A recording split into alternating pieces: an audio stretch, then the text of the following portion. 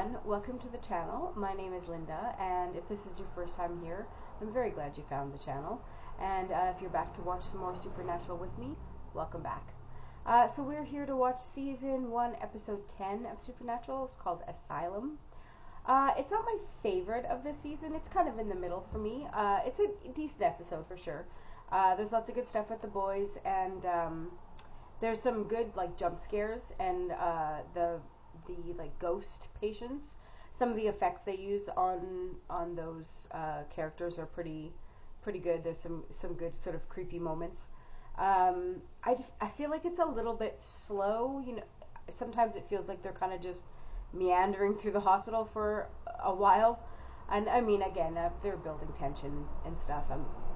But it's a little slow for me. But overall, decent episode for sure. I'm looking forward to seeing it again. So I want to apologize. I'm still getting over my cold. It's just lingering.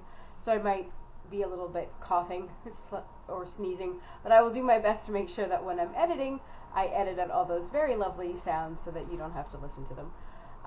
But yeah, my throat's a little messed up still, and I'm a little congested, so yay. But without further ado, let's get into it. Ah. Where the hell you been? In there? What was it? See anything? No. Well, I said I was sorry about before. How many times do I have to say it?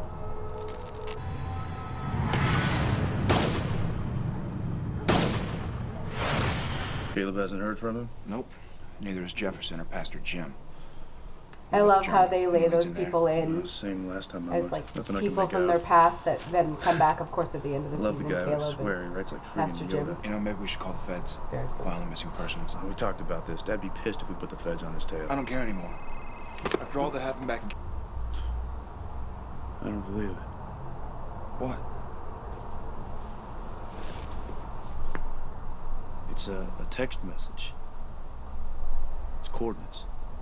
And earlier that night, Kelly and his partner responded to a call at the Roosevelt Asylum. Okay, I'm not following. What does this have to do with us? Dad earmarked the same asylum in the journal. This is a job.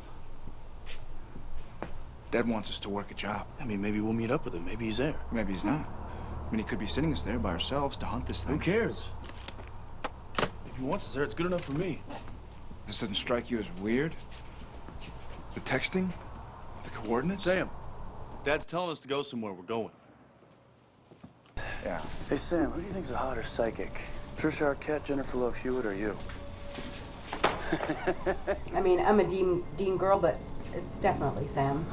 No offense to Patricia Arquette or Jennifer Love Hewitt, but it's clearly Sam. Oh, that's a nice headless doll.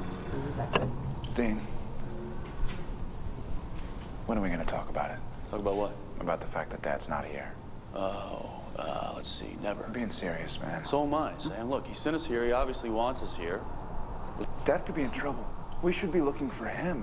We deserve some answers, Dean. I mean, this is our family we're talking about. I understand that, Sam, but he's given us an order. So what? We got to always follow Dad's orders? Of course we do. Oh, Dean. This idiot. I would be so leaving and going back to the car. Be like, I'm going to sit in the car with all the doors locked and the keys in the ignition. And you can wander around this creepy haunted asylum. And even if you don't think it's haunted, which clearly he does, but even if you don't think it's haunted and you don't think there's anything supernatural, who wants to wander around abandoned, probably filled with asbestos and mold and this place where people were sick and hurt and sad and what is the appeal of that? Oh boy.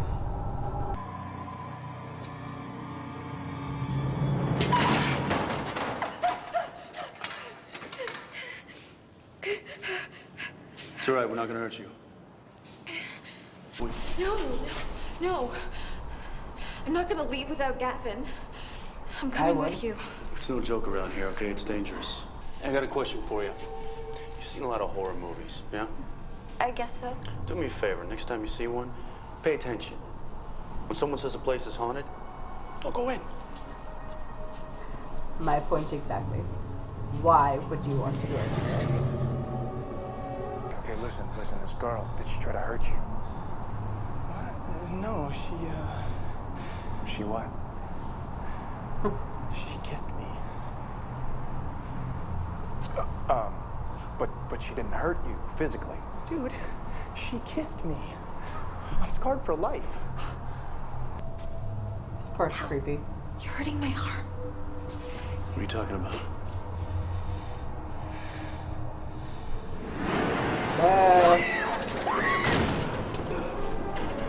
First time I do remember the first time I saw that, I got all, it gave me like shivers. I was like, oh, it's such a creepy idea. Kat, it's not gonna hurt you. Listen to me. You have to face it. You have to calm down. She's got a what? I have to what? These spirits, they're not trying to hurt us. They're trying to communicate. You gotta listen to it. You gotta face it. You face it! No, it's the only way you're gonna get out of there. No! Love that line because 100% that Come on, would you be can me. do it. Look, I'm supposed to face it and listen to it? No, I'm good, thanks. So, how do you guys know about all this ghost stuff? It's kind of our job. Why would anyone want a job like that? Valid question. I had a crappy guidance counselor. And Dean? He's your boss? No. That's a very touchy subject. I wouldn't say that. Hey, Shadow, it's me. I see it. Coming at me. where are you? I'm in the basement. Hurry up. I'm on my way. All right, can either of you handle a shotgun? What? No. I can. Go, My Kat. dad took me skeet shooting a couple times. Don't be afraid. I'm going to make you all better. I'm good, thank you. I do not currently need your services. Or ever need your services. So bye-bye. Something's coming. Damn it. Don't shoot. It's me. Sorry! Sorry! His cell phone rang. He said it was you. Basement, huh? All right.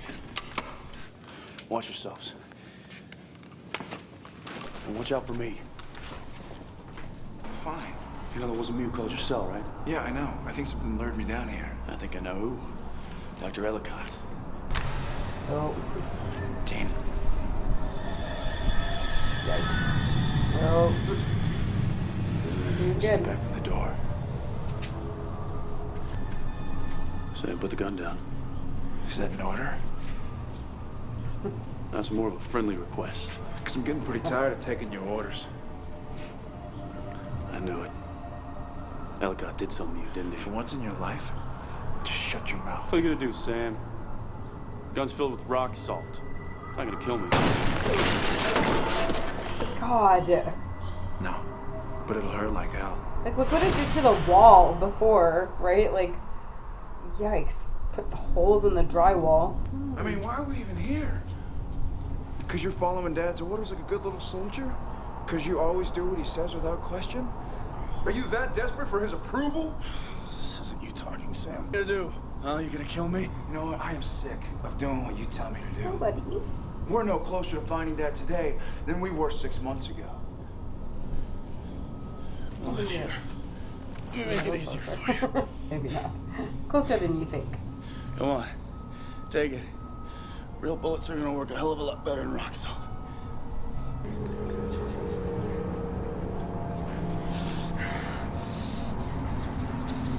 You hate me that much? You think you should kill your own brother? Do it!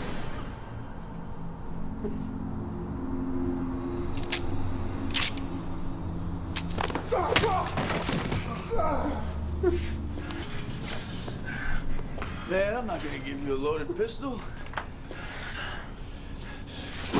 Despite what he lets people think sometimes, he is not stupid.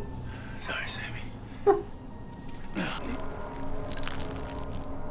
Yeah, let's add lighter fluid to that smell. Don't be afraid. Zappy fingers gone, please. I'm going to make you all better.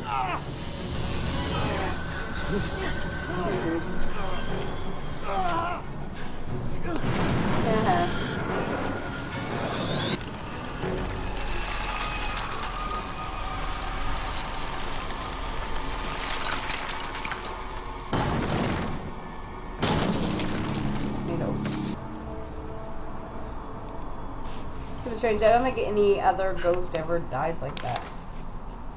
They all just kind of flame up. You're not gonna try to kill me, are you? No. Good. That would be awkward. I'm sorry, man. I said some awful things back there. You remember all that? Yeah. It's like I couldn't control it, but I didn't mean it. Any of it. You didn't, huh? No, of course not. Do we need to talk about this? No. I'm not really in the sharing and caring kind of mood.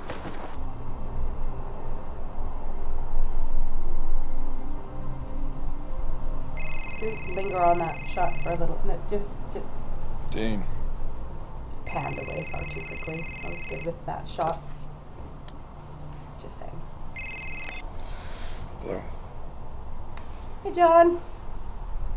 Dad. It's a great place to leave it. Thankfully, when I was watching the show, I could just say, click and next, which I was very happy about. Yeah, okay, so that was my cat running away. That was Asylum. You know, like I said, still an enjoyable episode, lots of good stuff in it, some funny moments, and I do like, you know, I mean, I was saying, like, Gavin's kind of an idiot, and he kind of is, but I do enjoy Kat and Gavin. I really like Kat. I think she's a fun character. I mean, obviously, it's a pretty small character, a small role, but she makes the most of her time on screen. As a character, I like her. Excuse me. So sorry. There's going to be so much muting in this reaction. But yeah, so I liked a lot of the stuff with the boys. Like I said, it's interesting, you know, we're still in that part of the story where Dean is still very set on following John's orders, going where he asks him to go, doing what he asks him to do, you know, and as we discussed, obviously that changes over time. Towards the end of this season, that changes a little, and then of course as time goes on, yeah, I mean, obviously we lose John, so, but before that happens, Dean starts to stand up to him and sort of be his own man.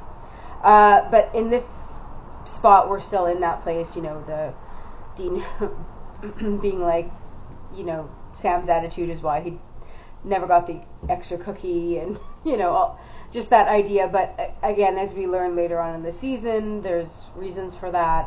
What happened with Sam and the Striga was kind of a catalyst of that. It sort of solidified in Dean that need to follow orders, that John is giving him these orders for a reason, and you follow them, and when you don't follow them, bad things happen. Right now, that's a very simplistic view, but I think there's a very sort of militaristic component to hunting, at least there can be, and so I think, you know, especially if John is training the boys as boys, you know, he started training them when they were quite young, and so there's a certain amount of like Sam, they even say later on, I think it's in like Dead Man's Blood, you know, like Sam says like something like, you know, are you cool just, you, like, you're telling me you're just cool following orders and just like letting him call all the shots? And Dean says like that's just the way he runs things. And Sam responds like, that might have worked when we were kids, but, you know, not anymore. And that's understandable. Because if you are, like, training young boys in this ridiculously dangerous line of work, then you would almost have to have a certain amount of, like, I'm telling you to do this thing, or else bad things are going to happen. But I mean, it's kind of why you don't want kids hunting, John. But so it I'm just saying, like, it kind of falls in line with, like, there's a logic there that's how Dean was raised. He has, in fact, lived experience of what happens when he doesn't follow John's orders, right, with what happened with the Striga. And so it's still very much ingrained in him at this point, very much ingrained in him, that what John says goes, that he knows best, that he's like the captain, the leader of this little band, and that his orders have to be followed. And so that's what we're seeing here. Just, you know, just like in Bugs, and, you know, when he's talking, basically this whole, almost the entire first season, Dean holds on to that attitude. You know, we see in the next episode in Scarecrow, we see hints of the idea that he respects Sam for being able to stand up to John, and feels like he can't, or like that he shouldn't anyway. And so, you know, we start to see little cracks in that, you know, John is leader, John must be followed ideology that Dean still holds on to at this point. We start to see little cracks in it, but it isn't until towards the end of the season that we actually see him sort of break out of that idea that John's orders are always to be followed, and he's always right in the end. And so we start to see that change. We see it change at the end of the season, obviously. But yeah, so all that stuff with them in this episode, that's all really interesting. I remember watching it the first time through and being really surprised that Sam pulled the trigger. Because I expected them to do what most stories do, where it's like, oh, you know, the true love of family comes through in the end, and, you know, he's able to overpower the bad guy, the spirit, and do it. And I mean, we do see similar things to, like, that idea through further on in the seasons and stuff. You know, there are moments of that, obviously, like Sam getting past Lucifer in Swan Song being one of those big moments. But I mean, that's not, he doesn't have all that experience here yet, right? It's still, he doesn't have that in him yet at this point. It's just a spirit controlling him.